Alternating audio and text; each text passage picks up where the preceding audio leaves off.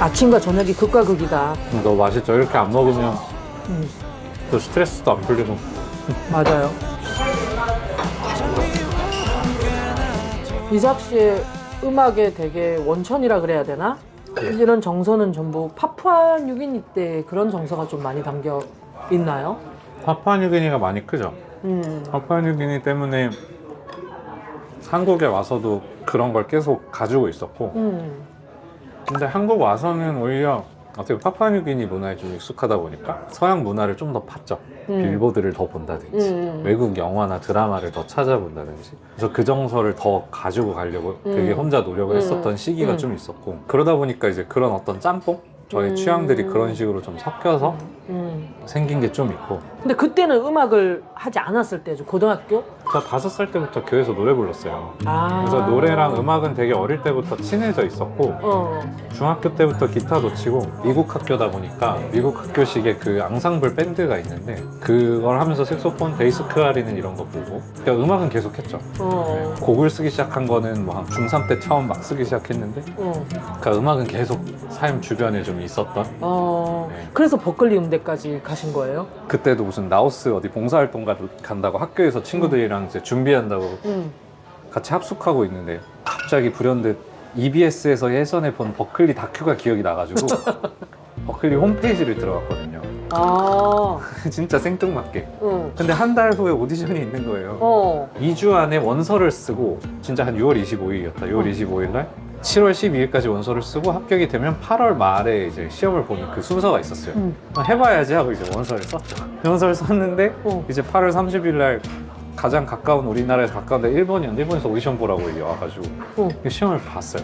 한 달 준비해가지고. 뭐 천재야? 아니, 그렇진 않고, 그 서양에서 제가 컸던 환경이 있다 보니까 우리나라에서 사람을 볼 때의 시야와 서양 사람들이 보는 시야가 다르다는 건 명확하게 알고 있었어요. 우리나라 입시는 난 자신이 없다. 왜냐면 우리나라 입시 같은 경우는 그때 그게 유명했거든요. 1분 막 30초도 안 돼서 이제 종 치면은 바로 땅 이런 거 있었거든요. 그래서 입시생들 들어가서 안녕하세요, 몇 번 누구입니다 하고 바로 연주, 바로 땅 하면 1분 안에 그냥 자기 1년 동안 연습한 거를 1분 안에도 못 보여주는 그러고 이제 패스. 그게 되게 유명했어요. 그래서 나는 자신 없다, 우리나라 입시. 근데 버클리는 보니까 결국 서양 사람은 그 사람의 겉모습보다 약간 잠재력을 좀 보는 그게 조금 더 많아서 그걸 어필을 해야겠다. 나는 이렇게 컸고 이렇게 음악을 해서 이런 환경에서 앞으로 이렇게 하고 싶다에 대한 비전을 명확하게 가지고 갔죠. 그래서 내가 이 환경 속에서 어떤 음악을 했는지를 보여주고, 그러니까 이제 된 거죠. 그래서 내가 봤던 입시 전략이 맞았네, 약간 이런 거였죠. 나름 전략적으로. 근데 가서 학교를 다 맞추진 못했죠. 네. 돈이 없어가지고. 돈이 없어서 그랬던 거예요? 네. 돈이 썼으면 갔죠. 근데 학비가 비싸니까 사실 부모님이 저 때문에 이제 돈을 많이 쓰셨거든요. 선교사인데 이제 학비가 너무 비싸니까 만약에 학교를 갈 거면 부모님도 돈을 모아야 되니까 좀 쉬었다 가는 게 어때? 이 말씀을 한번 하셨어가지고 내가 부모님한테 받을 돈은 여기까지다 싶었어요. 1년 하고 한국을 왔어요. 그래서 그래도 한 10년 정도 하면 학비는 다시 벌 수 있지 않을까? 하면서 시작한 게 지금까지 온 거예요. 거기에 1년을 배웠던 게 나의 가수 생활에 도움이 되나요? 저는 엄청 컸어요. 그래요? 근데 1년을 배웠던 게 배웠다기보다는 확인하는 자리였어요. 계속해도 되겠구나. 내가 부르는 노래는 아무도 부를 수 없다는 걸 알았어요. 그리고 내가 쓰는 얘기는 아무도 쓸 수 없다. 그리고 내가 썼을 때 다른 사람의 얘기는 어떤지 모르겠지만 적어도 비빌만 하다. 그렇게 느끼면서 좀 이거는 아이디어 싸움이구나. 테크니션의 자기들이 있듯이 싱어송라이터나 내 삶의 내 얘기를 하는 사람들은 그 정서를 어떻게 키우냐지, 테크닉의 문제는 이제 좀 부차적일 수 있겠다. 그러면 이제 채워가면 되지, 기술적인 거는. 근데 나에게는 있으니 이제 그거 하나 믿고 좀 무식하게 살았어요, 그렇게 보면. 우직한 게 옛날에는 되게 안 좋게 표현되는 게 많았잖아요. 네. 우직하다 그러면. 맞아요. 근데 요즘 세상에는 우직함이 스스로를 만드는 데는 최고의 무기인 것 같다는 생각이 드는 거예요. 나라는 사람이 어떻게 살았고 어떤 식으로 축적되어 있느냐인 건데, 그 축적은 진짜 우직하면서 나오잖아요. 그러면 당장은 분명히 좀 바보 같고 그래도 꾀를 부리려면 그 우직함에 꾀를 부려야지. 이게 안 되니까 절로 가볼까 하면서 너무 엉뚱한 겉으로 보이는 거에 꾀를 부리다가 이제 거기서 저는 차이가 생긴다고 느껴져가지고 그건 이제 다 지나서 할 수 있는 얘기 같기도 하고. 네. 이 타이밍에 사실 건배 한번 하는 건데. 아, 그러게요. 물로라도 이렇게 해야 되나? 이삭 씨는 본인이 가고 싶은 길을 가면서 거기에 성과를 계속 내고 있잖아요. 오래 걸렸죠. 네. 그래도 음악하는 사람들한테는 오래 안 걸린 거 아니에요? 오래 걸린 건가요? 상업적인 문화 예술 쪽은 20대 때 좀 올라가야 계속 가는 경향이 있죠. 전반적으로. 맞네. 네네네. 20대 때 어느 정도 이렇게 가줘야 그 다음에 그걸로 가는 건데 사실 30대가 넘어서서 뭔가 스포트라이트를 받거나 관심을 받는 거는 진짜 운이 좋은 케이스라고 생각해요. 그 유통기한이 나온 것도 아 이제는 그만할 때가 다 왔나 보다는 생각도 있었어요. 그런 면에서는. 왜냐하면 이제 나이도 그렇고 그래가지고 근데 아니다라고 또 증명을 했잖아요. 그죠? 뭐 아니다라고 증명을 하고 또 이제 속으로 아 이걸 또 어떻게 더 연장시키지를 계속 싸우는 거죠. 네, 그래도 이제 조금 한동안 더 할 수 있겠다. 그리고 적어도 그러니까 이것이 뭐 매력적이든 상업적이든 장사가 되든 안 되든 내가 내 얘기를 하는 데 있어서는 계속 그냥 남의 눈치 보지 않고 지속할 수 있겠다에 대한 확신은 좀 얻고 훈련이 좀 된 것 같아요. 그 부분에서. 그럼 요즘에는 어떤 고민이 제일 많아요? 저는 진짜 할아버지가 돼도 그냥 계속 할 얘기들이 삶에 있었으면 좋겠어요. 그래서 이렇게 노래를 계속 해도 되겠다라는 생각을 하거든요. 그러니까 문득문득 생각해요. 내가 이거 언제까지 할 수 있을까? 제가 저를 점검했을 때 아, 내가 할 얘기들이 계속 있으면 어쨌든 계속 할 수 있겠구나라는 마음이 드니까 안정감이 좀 생기더라고요. 그럼 내가 어떻게 살아야 이 할 얘기들이 계속 될까? 나라는 사람의 삶을.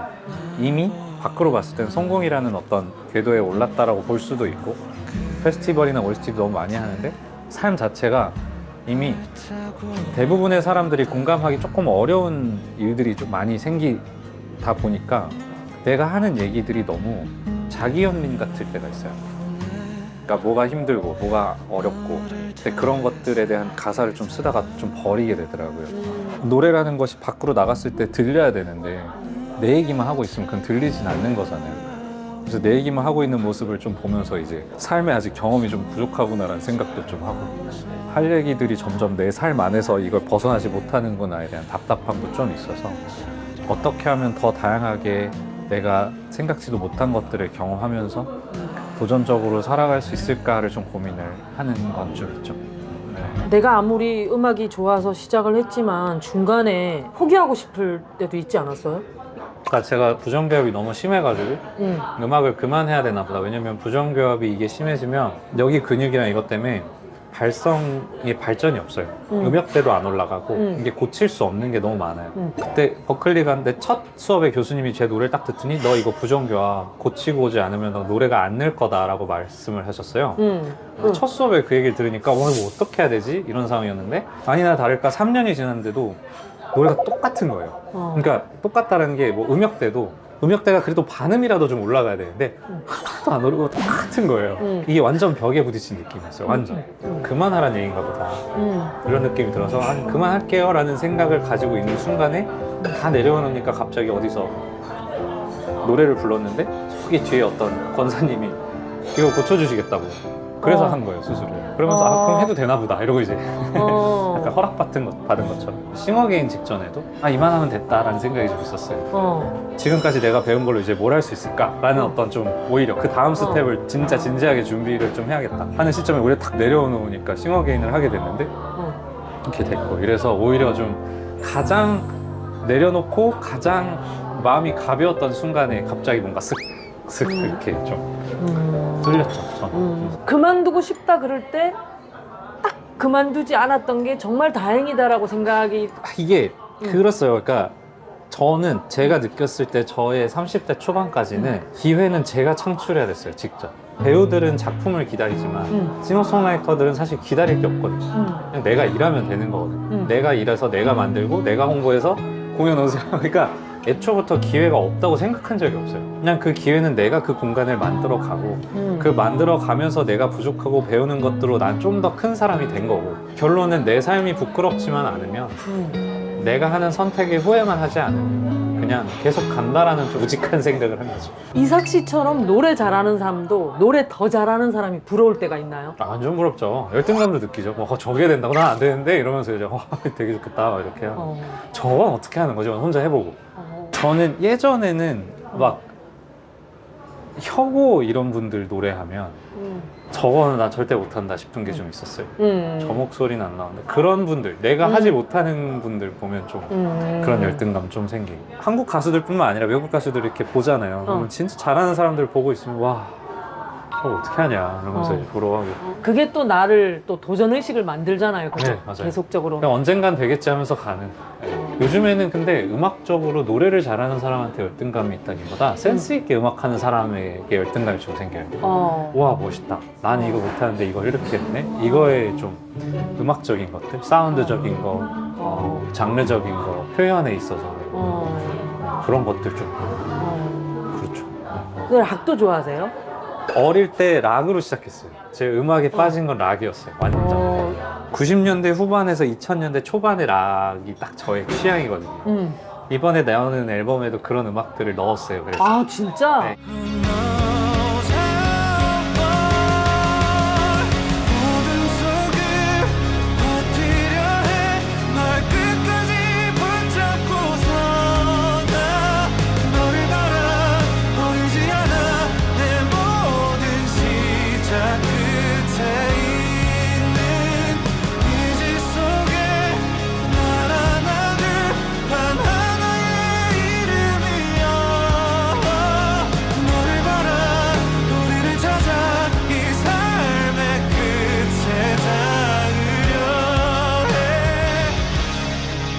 제가 좋아하는 시절의 락은 김경호 선배님이나 박완규 선배님 같이 지르는 결이 아니라 음역대 자체가 그렇게 높낮이가 높지 않고 대신에 좀 격정적으로 가죠. 네. 어떤 가수들을 좋아했었어요? 처음 제가 락을 듣기 시작했던 게 위저로 시작을 했고, 림프 비즈킷, 링킨 파크, P.O.D, 파파로치 뭐 이런 그쪽 음악을 진짜 좋아했거든요. 그리고 교회에서 하는 음악도 좀 락 기반의 노래들이 많아요. 그래서 음악들의 편곡이나 어떤 흐르는 거나 이게 다 되게 락스러워가지고 그게 다 섞인 거죠. 제가 하는 음악들이 다.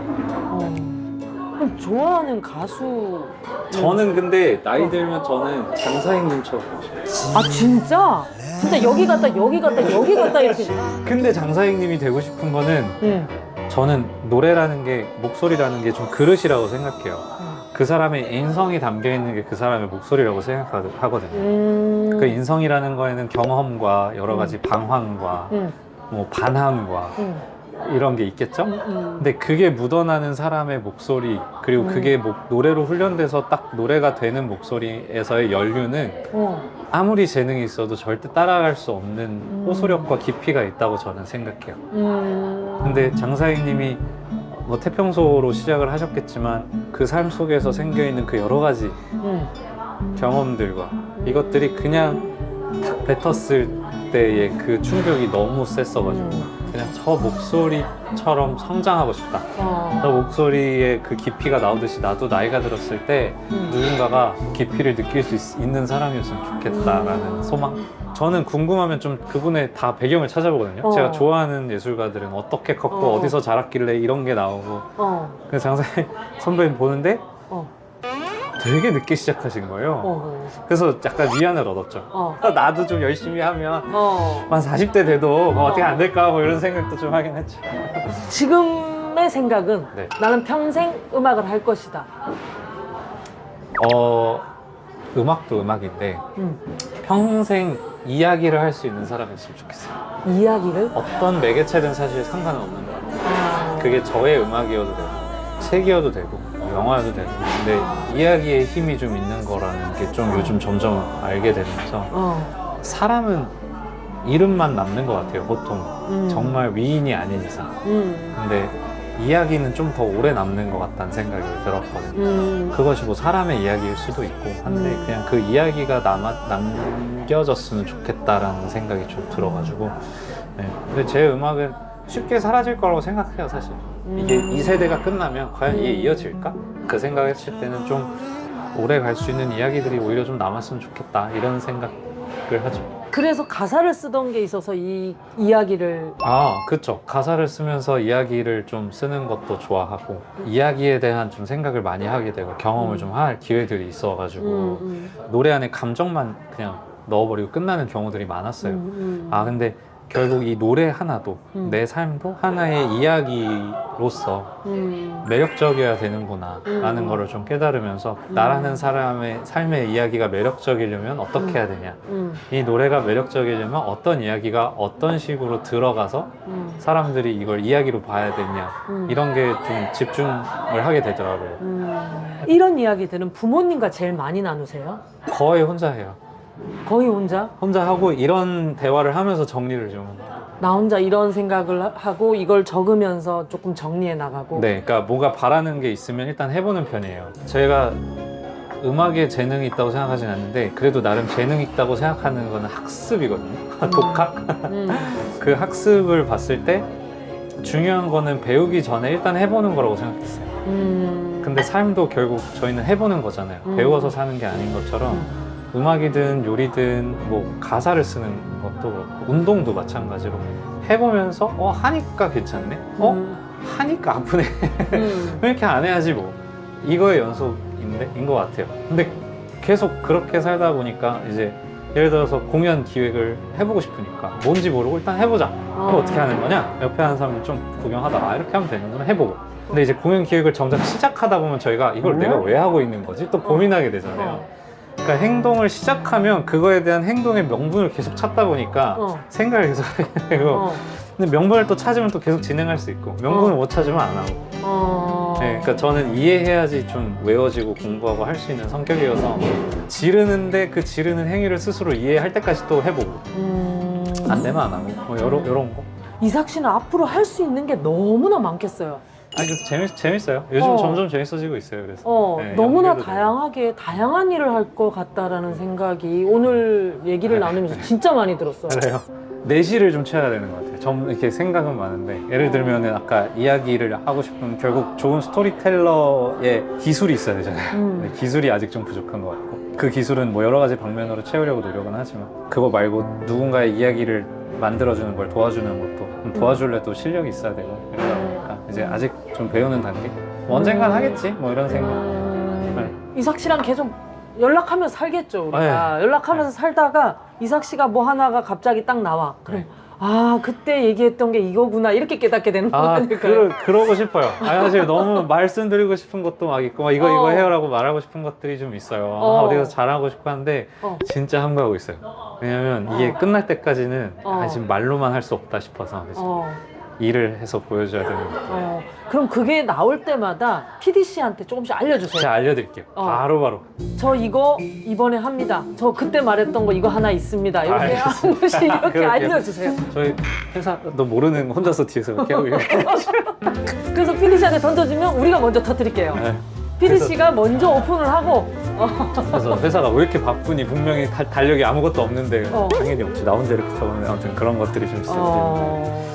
네, 국장님 여러분, 홍이삭이었습니다. 저의 얘기를 이렇게 주저리 풀었는데 오늘 얘기한 게 어느 때보다 좀 다채롭게 진솔하게 좀 얘기를 한 것 같아요. 그래서 이런 공간을 주셔서 감사하고 또 들어주셔서 감사합니다. 네, 저의 얘기들 잘 담았으니까 잘 즐겨주셨으면 좋겠습니다.